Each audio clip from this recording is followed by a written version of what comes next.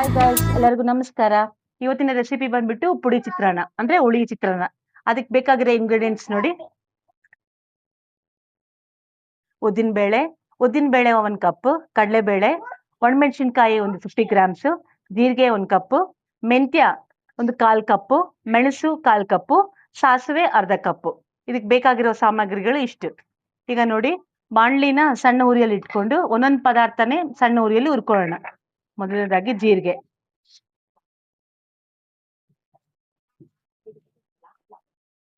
ಜೀರಿಗೆ ಒಳ್ಳೆ ಅರೋಮಾ ಬರ್ತಾ ಇದೆ ನೋಡಿ. ನಾವ್ ಈ ತರ ಉರಿತಾ ಇದ್ರೆ ಲೋ ಫ್ಲೇಮ್ ಅಲ್ಲಿ ಕಲರು ಚೇಂಜ್ ಆಗುತ್ತೆ, ಸ್ಮೆಲ್ನು ಒಳ್ಳೆ ಸ್ಮೆಲ್ ಬರುತ್ತೆ ನೋಡಿ.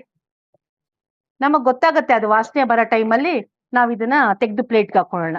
ಈ ತರ ಒಂದೊಂದ್ ರೀತಿ ಐಟಮ್ಸ್ ಹಾಕೋಬೇಕು. ಜೀರಿಗೆ, ಮೆಣಸು, ಉದ್ದಿನಬೇಳೆ, ಕಡಲೆಬೇಳೆ, ಸಾಸಿವೆ, ಮೆಂತ್ಯ, ಒಣಮೆಣಸಿನ್ಕಾಯಿ, ಪ್ರತಿಯೊಂದು ಪದಾರ್ಥನೂ ಫುಲ್ ಸಣ್ಣ ಉರಿನಲ್ಲೇ ಹುರ್ಕೋಬೇಕು.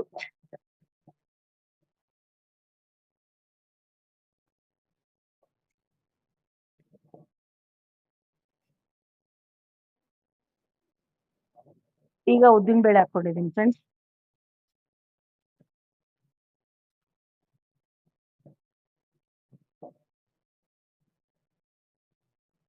ಉದ್ದಿನ ಬೇಳೆನ ಒಳ್ಳೆ ಫ್ರೈ ಮಾಡ್ಕೊಳ್ಳೋಣ.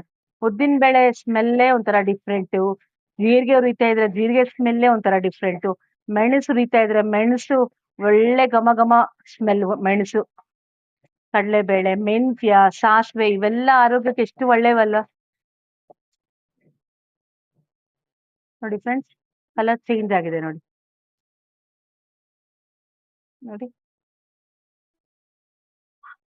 ಕಲರ್ ಚೇಂಜ್ ಆಗ್ತಾ ಇದೆ. ಎಲ್ಲ ಈಕ್ವಲ್ ಆದ್ರೂ ತಗೊಳ್ಳಿ, 1 ಕಪ್ಪು. ಬಟ್ ಮೆಣಸು ಒಣಮೆಣಸಿನ್ಕಾಯಿ ಸ್ವಲ್ಪ ಕಡಿಮೆ ಮಾಡ್ಕೊಳ್ಳಿ. 1/4 ಕಪ್ ಮೆಣಸು, ಒಣಮೆಣಸಿನ್ಕಾಯಿ ಒಂದು 50 ಗ್ರಾಮ್ ಸಾಕು. ಬೇರೆ ಎಲ್ಲ ಮೆಂತ್ಯ ಒಂದು 1/4 ಕಪ್ಪು. ಬೇರೆ ಎಲ್ಲ ಸಮಾನವಾಗಿರ್ಲಿ ಪ್ರಮಾಣ. ಉದ್ದಿನಬೇಳೆ, ಜೀರಿಗೆ, ಸಾಸಿವೆ, ಕಡಲೆಬೇಳೆ ಇವೆಲ್ಲ ಈಕ್ವಲ್ ಆಗಿರ್ಲಿ. ತುಂಬಾ ಗಡಿಬಿಡಿ ಆಗಿರುತ್ತಲ್ಲ ಲಂಚ್ ಬಾಕ್ಸ್‌ಗೆ. ಮೋಸ್ಟ್ ಆಫ್ ದ ಪೇರೆಂಟ್ಸ್ ಮದರ್ಸ್‌ಗೆ ಇರೋದೇ ಟೆನ್ಷನ್ನೇ ಅದು. ಬೆಳಗ್ಗೆಗೆ ಏನಪ್ಪಾ ಬ್ರೇಕ್‌ಫಾಸ್ಟ್, ಬೆಳಗ್ಗೆಗೆ ಏನಪ್ಪಾ ತಿಂಡಿ ಅದೇ ಯೋಚನೆದಲ್ಲಿ ಸದಾ ಇದೇ ಇರ್ತೀರಾ. ಸೊ ಈ ತರ ಪೌಡರ್ಸ್ ಮನೆಯಲ್ಲಿ ಇದ್ದಾಗ ಮಾರ್ನಿಂಗ್ ಎದ್ದು ರೈಸ್ ರೆಡಿ ಮಾಡ್ಕೊಂಡ್ರೆ. ನೆಕ್ಸ್ಟ್ ನೋಡಿ, ಕಡಲೆಬೇಳೆ.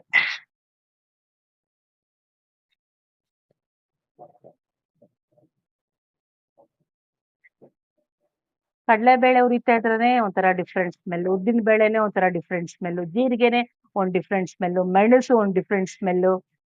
ಇದೆಲ್ಲ ಆರೋಗ್ಯಕ್ಕೆ ತುಂಬಾ ಒಳ್ಳೇದು ಫ್ರೆಂಡ್ಸ್. ಇವೆಲ್ಲ ಕಿಚನ್ ಇಂಗ್ರೀಡಿಯೆಂಟ್ಸ್ ಎಲ್ಲ ನಮ್ಗೆ ಹೇಳ್ತೀವಲ್ಲ ನಾವು.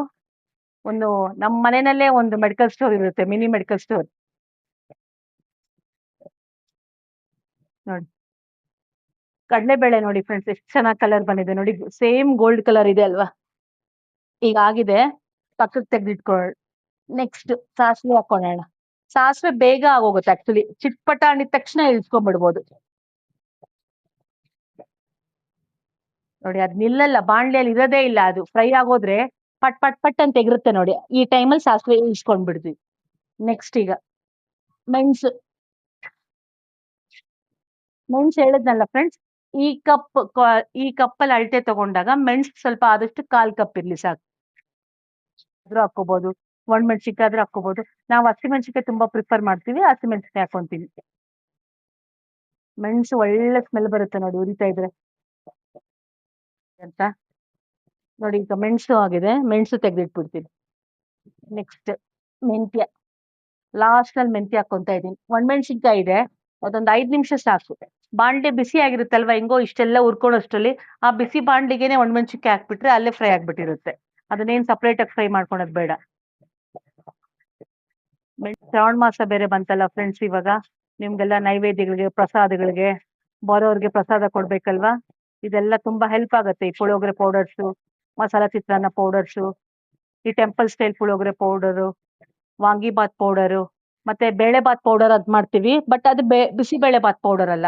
ಈ ಕಡೆ ನೀವು ಮೂಂಗ್ ದಾಲ್ ರೈಸ್ಗೂ ಹಾಕೋಬಹುದು, ದಾಲ್ ರೈಸ್ಗೂ ಹಾಕೋಬಹುದು, ಎರಡಕ್ಕೂ ಆಗುತ್ತೆ. ಟೂ ಇನ್ ಒನ್ ಪೌಡರ್ ಅಂದ್ಬಿಟ್ಟು ಅದು ಲಾಂಚ್ ಮಾಡ್ತಾ ಇದೀವಿ. ಎಲ್ಲ ಆಲ್ಮೋಸ್ಟ್ ಆಲ್ ನಾವು 10 to 15 ಪ್ರಾಡಕ್ಟ್ಸ್ ಇವಾಗ ಪೌಡರ್ಸ್ ಲಾಂಚ್ ಮಾಡ್ತಾ ಇದೀವಿ. ಮತ್ತೆ ಎಕ್ಸ್ಟೆಂಡ್ ಆಗ್ತಾ ಆಗ್ತಾ ನಿಮ್ಗೆ ಏನ್ ಬೇಕೋ ಅದು ನೀವು ಕಾಮೆಂಟ್ಸ್ ಮುಖಾಂತರ ತಿಳಿಸ್ಕೊಡ್ತಾ ಇರಿ ನಿಮಗೆ ಏನ್ ಬೇಕೋ ಪೌಡರ್ಸ್ ಎಲ್ಲ. ನೋಡಿ ಇದೀಗ ಆಫ್ ಮಾಡ್ಬಿಟ್ಟು ನಾನು ಮಾಡ್ಕೊಂತ ಇದೀನಿ. ಮೆಣಸಿನ್ಕಾಯಿ ಆಫ್ ಮಾಡಿ ಮಾಡ್ಕೊಳ್ಳೋಣ, ಬೇಗ ಬ್ಲ್ಯಾಕ್ ಆಗ್ಬಿಡುತ್ತೆ ಇಲ್ಲಾಂದ್ರೆ. ನೋಡಿ ಅಷ್ಟು ಬೇಗ ಬಿಸಿಗೆರೆ ನೋಡಿ ಎಷ್ಟು ಬ್ರೌನ್ ಆಗಿದೆ. ಒಣಮೆಣಸಿನ್ಕಾಯಿ ಘಾಟ್ ಅಲ್ವಾ ಫ್ರೆಂಡ್ಸ್, ಹಾಗಾಗಿ ಲಾಸ್ಟ್ ಅಲ್ಲಿ ಫ್ರೈ ಮಾಡ್ಕೊಳ್ಳಿ. ಫಸ್ಟ್ ಒಣಮೆಣಸಿನ್ಕಾಯಿ ಹಾಕೋಣಕ್ಕೆ ಹೋಗ್ಬೇಡಿ. ಫಸ್ಟ್ ಉದ್ದಿನ ಬೇಳೆ, ಕಡಲೆಬೇಳೆ, ಜೀರಿಗೆ, ಮೆಣಸು, ಸಾಸಿವೆ, ಮೆಂತ್ಯ ಇದೆಲ್ಲ ಆದ್ಮೇಲೆ ಲಾಸ್ಟ್ ಒಣಮೆಣಸಿನ್ಕಾಯಿ ಹಾಕೊಳ್ಳಿ.